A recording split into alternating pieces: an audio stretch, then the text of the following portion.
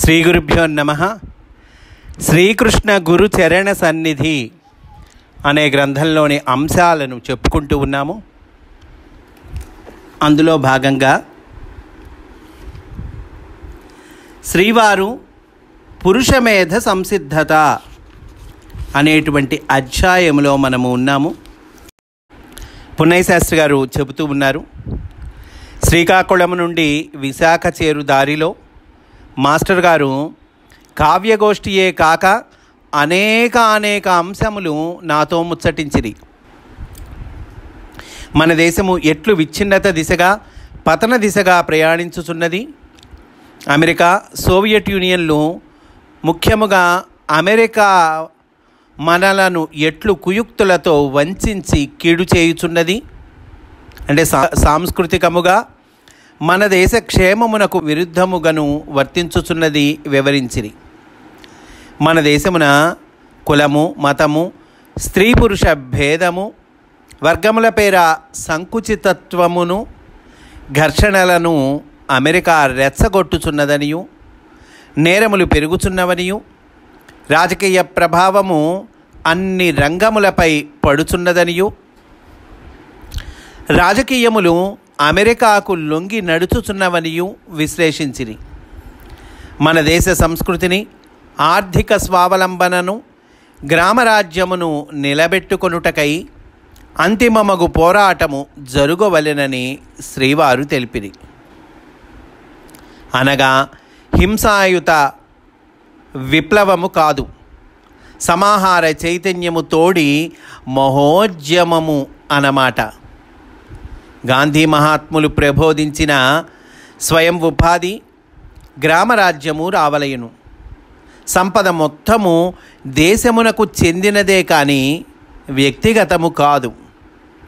దీనస్థితిలో ఉన్న కోట్ల మంది పల్లె ప్రజల అమాయకతను ఆధారము చేసుకొని కొందరు, ముఖ్యముగా రాజకీయవేత్తలు, పారిశ్రామిక సంపన్నులు, పెద్ద అధికారులు కలిసి దేశ సంపదను కొల్లగొట్టి సహజమైన వనరుల సంపద కల మన దేశమును పేద దేశముగా చిత్రించుచున్నారు.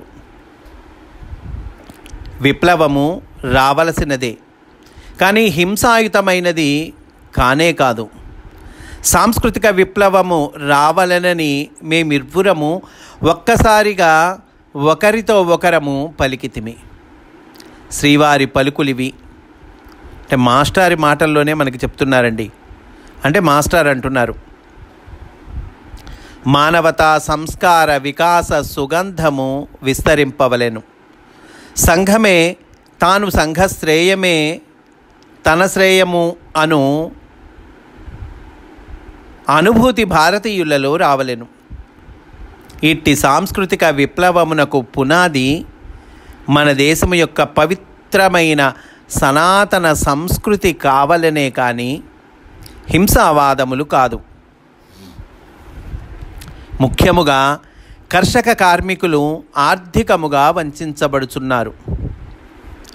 వారు సాంస్కృతిక సమైక్యమును పొందవలెను, కులమతాతీతులు కావలెను. వారిని విభజింప రాజకీయవేత్తలు నెరపు కుట్రలకు వారు లొంగరాదు. వారి నడుమ ఆత్మీయమైన అనుబంధము గాఢము కావలెను.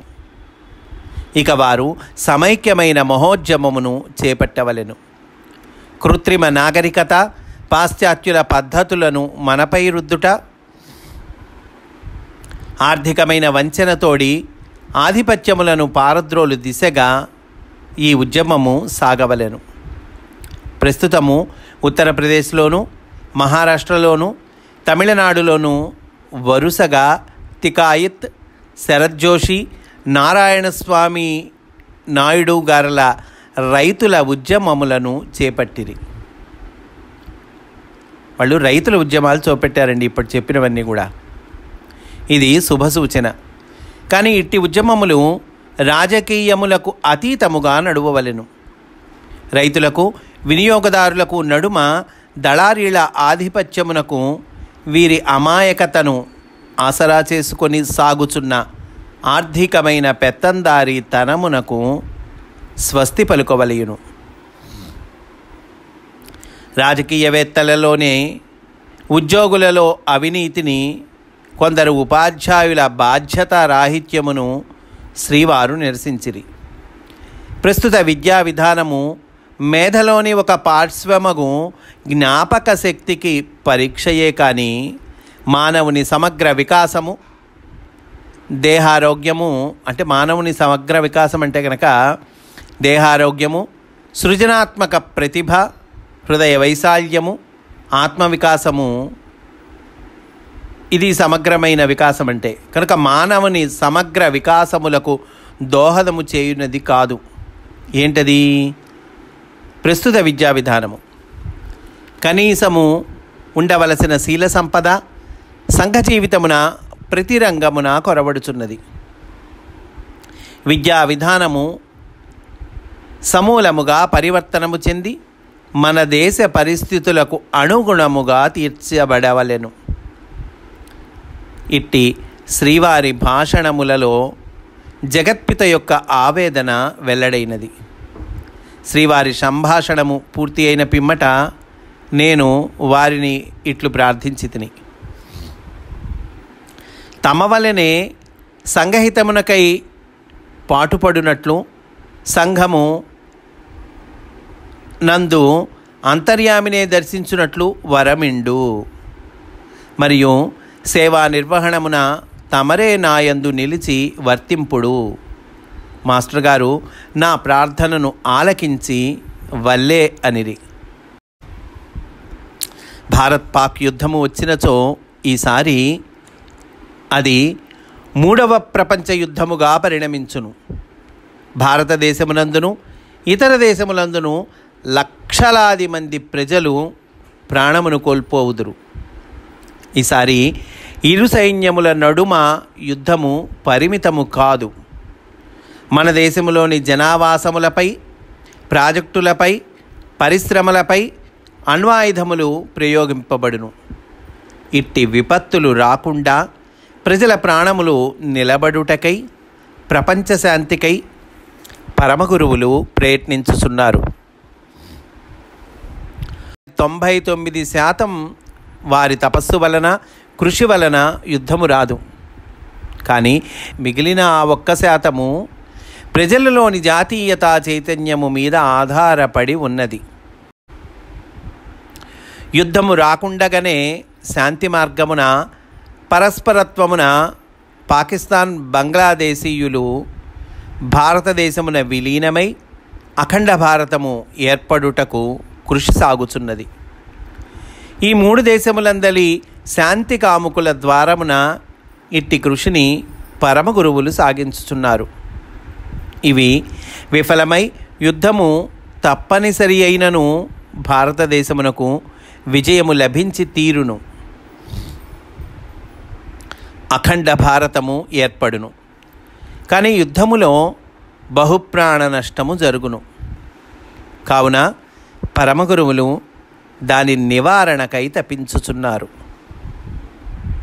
వివిధ పాశ్చాత్య దేశములందును, అమెరికా యందును సామాన్యులు, ముఖ్యముగా యువకులు శాంతి కొరకై, యుద్ధ నివారణకై తమ పాలకులపై ఒత్తిడి తెచ్చు రోజులు సమీపించును. నేను భూప్రదక్షిణము చేయుచున్న సందర్భములలో ఇట్టి శాంతి కాముకోద్యమములకు నా తపస్సు ద్వారమున స్ఫూర్తి నొసగుచున్నాను. ఇంతకు పూర్వము చెప్పిన విషయములను కొన్నిటిని శ్రీవారు పునరుద్ఘాటించిరి. మాస్టరు గారి తపోమయ స్ఫూర్తి ఇప్పుడు ఇతర దేశములందు కానవచ్చుట మనము గమనించవచ్చును. వారు జగత్పితగా తమ ఆవేదనను ప్రకటించిరనియు, లోకహితార్థమై శ్రీకృష్ణుని ఆదేశానుసారము దేహత్యాగమునకు సంసిద్ధులగుచున్నారనియు పాఠకులు గమనింపగలరు. నేను కాకినాడ నుండి గురజాల తిరిగి వచ్చిన తరువాత కొంతకాలమునకు శ్రీ ఆనందాచార్యుల వారిని కలిసి తిని, మాస్టర్ గారు నాతో చెప్పిన మాటలు ఆచార్యుల వారికి నేను తెలుపక మునిపే వారు తమకు మాటిమాటికి స్వప్నములలో మాస్టర్ గారు దేహము విడిచినట్లుగా కానవచ్చినదనియు, అందులకై తనకు దుర్భర పరితాపము కలుగుచున్నదనియు పలికిరి. అంతేకాక మాస్టర్ గారికిని వారి తండ్రి గారికిని ఒకే ప్రణాళిక కలదనియు, తండ్రిగారు దేహత్యాగము చేసిన అనతి కాలముననే శ్రీవారు కూడా దేహత్యాగమునరించి పైలోకములందు కలిసి పనిచేయుదురనియు తనకు అనిపించుచున్నదనియు ఆచార్యుల వారు పలికిరి. ఇట్టిదే అంశమును అనంతకాలమున పూజ్యురాలకు మా అమ్మగారు అంటే శ్రీమతి ఎక్కిరాల లక్ష్మి గారు నాతో ఇట్లు ప్రస్తావించిరి. ఆవిడంటూ ఉన్నారండి, శ్రీమతి ఎక్కిరాల లక్ష్మి గారు ఏమని, తాతగారు వారి కుమారులకు కృష్ణుడు భరద్వాజయు ఒకే ప్రణాళికతో దిగివచ్చిరి. దాని బాహ్య ప్రకటన విన్యాసములో తేడా ఉండవచ్చును. తమ తండ్రిగారు వెడలిన 5 సంవత్సరములకు మా కృష్ణుడు వెడలిపోయెను. ఆపై 5 సంవత్సరములకు మా భరద్వాజ వెడలిపోయెను. 1984 మార్చిలోపు శ్రీ ఆనందాచార్యుల వారికిని నాకును ఎన్నో మార్లు శ్రీవారి దేహత్యాగ సన్నివేశము స్వప్నములో గోచరించుట, మేము ఒకరితో ఒకరు చెప్పుకొని చింతించుట జరిగినది. పూజ్యులు శ్రీమాన్ అనంతాచార్యుల వారి పెద్ద కుమారుడు చిన్న వయసులోనే దేహము విడిచెను.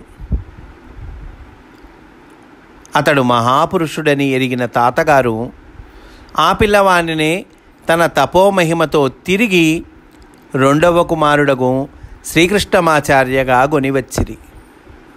వీరి లక్ష్యము లోక కళ్యాణము, వేదధర్మ ప్రతిష్టాపనము. బస్సు ప్రయాణమున దారిలో నాగావళి నదిని చూపి మాస్టర్ గారు నన్ను మురిపింపచేసిరి. నదులు, సముద్రము, జలాశయములు నాకు అతి ప్రీతికరములు అగు దృశ్యములు. నేను అన్నము తినలేదని మాస్టర్ గారు పొందిన ఆవేదన నన్ను చెలింపచేసినది.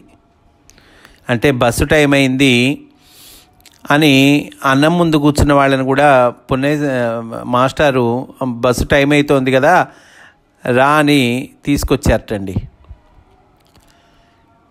పుణ్యశాస్త్రి గారు అంటున్నారు, వారు కూడా తినలేదు. ఆ సంగతి వారికి పట్టదు. రామాయణమున లక్ష్మణుడు ఇట్లే తాను రాజ్యభోగములను విడిచి సోదర సేవయే తపస్సుగా గడుపుచూ అడవిలో పడుచున్న కష్టమును ఎన్నడూనూ స్మరింపలేదు. లక్ష్మణుడు కష్టాలు పడుతున్నాడు, సోదర సేవయే తపస్సుగా ఉన్నాడు, కానీ నేను కష్టాలు పడుతున్నాను అని ఎప్పుడు అనుకోలేదుటండి. ఒకసారి గోదావరిలో స్నానమాడి పంచవటిలో ఉపవిష్టులై ఉండగా శ్రీరామునితో లక్ష్మణుడు, భరతుడు రాజ్యభోగములను విడిచి నారచీరలు కట్టి ముని అయి నందిగ్రామమున వసించుచు శీతాకాలమున వేకువజామున సరయూ నదిలో స్నానమాడి వచ్చుచున్న సందర్భమును ప్రస్తావించి తపించెను. లక్ష్మణుడు అడవిలో కష్టపడుతున్నాడు, ఆయన కష్టాన్ని గురించి ఆయన అనుకోడు, భరతుడు కష్టపడుతున్నాడు అని తపించాట. అరణ్యవాసమున ఎన్నడూను యుధిష్ఠిరుడు తాను అనుభవించుచున్న కష్టములను స్మరింపలేదు. తమ్ములు భార్య యొక్క కష్టములనే స్మరించి హృదయార్ద్రత అందెను. విరాట నగర ప్రవేశమున అతడు వారిని గూర్చి పొందిన తపన శోచనీయము. శ్రీవారు కూడా అట్టి పురాణ పురుషులే. ఆధునిక కాలమున శ్రీరామకృష్ణ పరమహంస, షిరిడీ సాయిబాబా, రమణ మహర్షి వారలు సాధకుల ఆధ్యాత్మిక సాధన విషయమై అత్యంత శ్రద్ధ చూపిరి. మరియు వారి భోజనపు ఏర్పాట్లు కూడా అట్లే చేసిరి. ఒక భక్తుడు భోజనము చేసిన పిదపనే సాయిబాబా హారతికి ఏర్పాటు చేయించెను.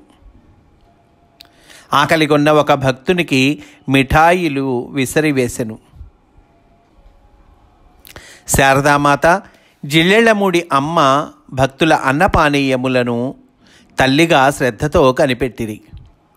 విశాఖ చేరిన పిదప మాస్టర్ గారు అమ్మగారిని సంబోధించి ఇట్లనిరి: తొందరగా పున్నయ్యకు అన్నము వడ్డించు. అన్నము తినబోచుండగా అతనిని నేను అన్యాయముగా లేవగొట్టి ఇక్కడికి తీసుకొని వచ్చి తిని. అమ్మగారు శ్రీవారికి ప్రతిరూపమే కదా. వెంటనే వాత్సల్యముతో నాకు భోజనము పెట్టిరి. అది భౌతిక పదార్థ సముచ్చయము మాత్రమే కాదు, అమ్మ యొక్క నిండైన ప్రేమ యొక్క స్వరూపము, వ్యక్తరూపము. వాస్తవమునకు నాకు బస్సులో ప్రయాణము ఆరంభించినప్పుడు ఆకలితో కడుపు నకనకలాడుచుండెను. కానీ శ్రీవారు సల్లాప సుధతో దానిని మరపింపచేసిరి. తిరిగి విశాఖలో వారి నివాసమునకు చేరునప్పటికీ ఆకలి యథాపూర్వకముగా ప్రత్యక్షమయ్యను. నా రాకకు, నాకు భోజనము పెట్టుటలోనూ అమ్మగారు పొంగిపోయిరి. కొలదిసేపు మాస్టర్ గారు, అమ్మగారు, పిల్లలు, నేను సరదాగా గోష్ఠిలో గడిపితిమి. ఇంతలో 5 గంటలు దాటినది. సాయంకాలం సుమారు 5:45 సామర్లకోటకు వెళ్ళు రైలు బండి కలదు. నన్ను తోడ్కొని శ్రీవారు ఆ రైలెక్కిరి. విశాఖ సోదరులు కొందరు రైలు స్టేషన్లో వారికి వీడ్కోలిచ్చిరి. రైలులో మేము ఇరువురము కిటికీ వద్ద ఎదురెదురు సీట్లలో కూర్చుంటిమి. ఇంతలో సమయము 6 గంటలైనది. శ్రీవారు ప్రేయరు ఆరంభించిరి.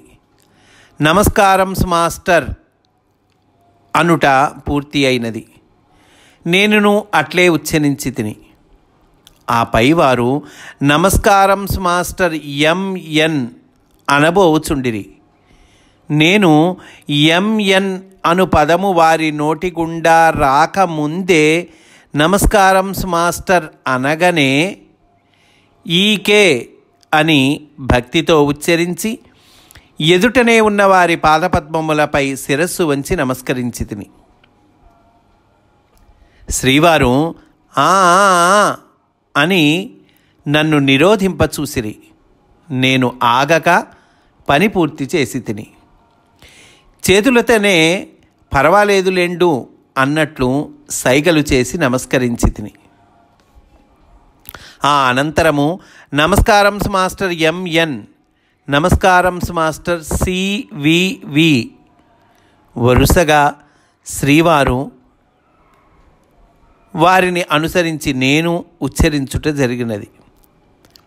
కొలదిసేపు వారితో ప్రేయర్లో పాల్గొనుట, వారి పాదములకు నమస్కారం మాస్టర్ ఈకే అనుచు నమస్కరించుట అను దివ్య భాగ్యములు నాకు వారి అనుగ్రహమున సిద్ధించినది.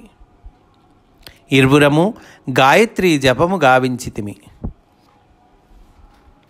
తదుపరి వారు తన జీవిత సారము, జీవితాశయము నాకు వెల్లడించిరి. ఆపై మా సంభాషణ ఇట్లు సాగినది. చాలా ఇంపార్టెంట్ సంభాషణ అండి. వీళ్ళిద్దరి నడుమ జరిగినటువంటి సంభాషణ పున్నయ్య శాస్త్రి గారు మనకి చక్కగా యథాతథంగా అందిస్తూ ఉన్నారు. ఆ సంభాషణ మనం విందాం. మాస్టర్ అంటున్నారు, గంభీర వదనులై ఉన్నారట మాస్టారు అంటున్నారు. అవతారమూర్తులు, మహనీయులు అగు భాగవతోత్తముల చుట్టూ చెరించు వారలను గూర్చి నీ అభిప్రాయమేమి? పున్నయ్య శాస్త్రి గారిని అడిగారండి. అవతారమూర్తిలో మహనీయులో వసించు ఊరును గూర్చి నీవేమనుకొనుచున్నావు అని అడిగారట. అప్పుడు పున్నయ్య శాస్త్రి గారు సంతోషంతో చెప్తూ ఉన్నారు, అవతారమూర్తులు మహనీయుల చుట్టూ సదా చెరించువారలు గోకులవాసులు అని అనుకొందురు. వారు మహాభాగ్యశాలురు. వారి నివాసము గోకులమని భావింతును. నాకు అట్టి భాగ్యము కలుగుటలేదని ఆవేదన పడుచుందును. అప్పుడు మాస్టర్ గారు అన్నారు, ఏమి అవతారమూర్తులు మహనీయులకు భాగవతోత్తముల చుట్టూ చెరించువారు కొందరు యాదవులు కూడా కావచ్చును కదా. అట్లే వారి నివాసము గోకులము కావాలనని లేదు, ద్వారక కూడా కావచ్చును కదా. అప్పుడు పున్నయ్య శాస్త్రి గారు అత్యంత ఆశ్చర్యముతో ఇట్లా అంటున్నారు, అట్లేల జరుగును? అవతారమూర్తుల మహనీయులతో కొన్ని ఏండ్లుగా చరించువారు వారి ఆధ్యాత్మికమగు దివ్య అయస్కాంతీకరణ ప్రభావమునకు లోనై నిర్మల భక్తులు, దివ్య జీవనులు, పరమ పరిశుద్ధులే అగుటకు అవకాశము ఉన్నది కదా. మరి మీరట్లేలా విపర్యయముగా చెప్పుచున్నారు అని అన్నారట పున్నయ్య శాస్త్రి గారు. అప్పుడు మాస్టర్ అంటున్నారండి, నీవన్నది అందరి ఎడల సత్యము కాదు. గోకులవాసుల వలె తమ్ము తాము సమర్పణ చెందిన వారి ఎడలనే సత్యము. అయస్కాంతమే అయినను ఇనుప ముక్కను ఆకర్షింపగలదు కానీ బండరాయిని కాదు కదా. అప్పుడు పున్నయ్య శాస్త్రి గారు అంటున్నారు, మరి ఈ చుట్టూ తిరుగుచున్నవారు తాము మహనీయులతో సహవసించుట ఆత్మసిద్ధి నెందుటకు గాక ఇంకా ఎందులకు గావింతురు? అప్పుడు మాస్టర్ గారు అంటున్నారండి, అందరూ నీలాగా నాలాగా ధనమునందు దృష్టి లేని వారు అని అనుకొనకుము. ఫలానా మహనీయునితో సహవసించినచో ధనమో అధికారమో కీర్తి ప్రతిష్టలో విజ్ఞానమో లభించును అను ఆశతో కూడా కొందరు భావించి చెరించుచుందురు. అప్పుడు పున్నయ్య శాస్త్రి గారు సిగ్గుతో తలదించుకొంటిని, మాస్టర్ గారికి ధనమునందు కోరిక లేదు, నిజమే. మరి నేను అంత ఆత్మవిశ్వాసముతో ఆ మాట నుడవగలనా అని ఆయనకు అనిపించి సిగ్గుతో తలదించుకున్నారట. అప్పుడు మాస్టర్ గారు అంటున్నారు, నీకు నాయందే దృష్టి. అప్పుడు పున్నయ్య శాస్త్రి గారు అంటున్నారట, అట్లని చెప్పచాలను, మీరు దానిని ప్రసాదింపుడని వేడుచున్నాను. మాస్టర్ గారు నీకు నాయందే దృష్టి అనంటే పున్నయ్య శాస్త్రి గారు అట్లా అని చెప్పలేనండి, కానీ మీరు దానిని ప్రసాదింపుడు అని వేడుచున్నాను అన్నారటండి. అప్పుడు మాస్టర్ గారు అన్నారు, ఒక్కొక్క వ్యక్తి పరమ గురువులకు మహనీయుల సాంగత్యమును ధనార్జనకై దుర్వినియోగపరచును కూడా. కొంతమంది ధనార్జనకై దుర్వినియోగపరుస్తారు దేన్ని? పరమ గురువుల యొక్క సాన్నిధ్యాన్ని. మాస్టర్ గారు తమ సంభాషణను ఇంకొక దిశగా మార్చిరి. అప్పుడు నేనెన్నడూ వీక్షించనంత గాంభీర్యము వారి ముఖమును ఆవేశించినది. మాస్టర్ గారు నాతో ఇట్లు సెలవిచ్చిరి, నా చిన్నప్పటి నుండి శ్రీకృష్ణుడు ఏమి చెప్పుచున్నాడో అది చేయుచున్నాను. మాస్టర్ గారు అంటున్నారండి, ఇట్లు చేయుము, ఇట్లు వర్తింపుము అని ఆయన ఆదేశించిన విధముగా వర్తించుచున్నాను. నా వలనే జీవింపుము అని శ్రీకృష్ణుడు నన్ను ఆదేశింపగా నేను అట్లే జీవించుచున్నాను. దీని భావము పున్నయ్య శాస్త్రి గారు అంటున్నారు, దీని భావము శ్రీకృష్ణుని వల్లనే గురుదేవులు లోక కళ్యాణార్థము తన జీవితమును సమర్పించిరి. కృష్ణుడు అసంగుడై నిరంతర మధుర మందస్మితముతో విరాజిల్లెను. శ్రీవారు అంతియే. శ్రీకృష్ణుడు తనకని జీవించిన క్షణము ఒక్కటియూ లేదు. శ్రీవారు అంతియే.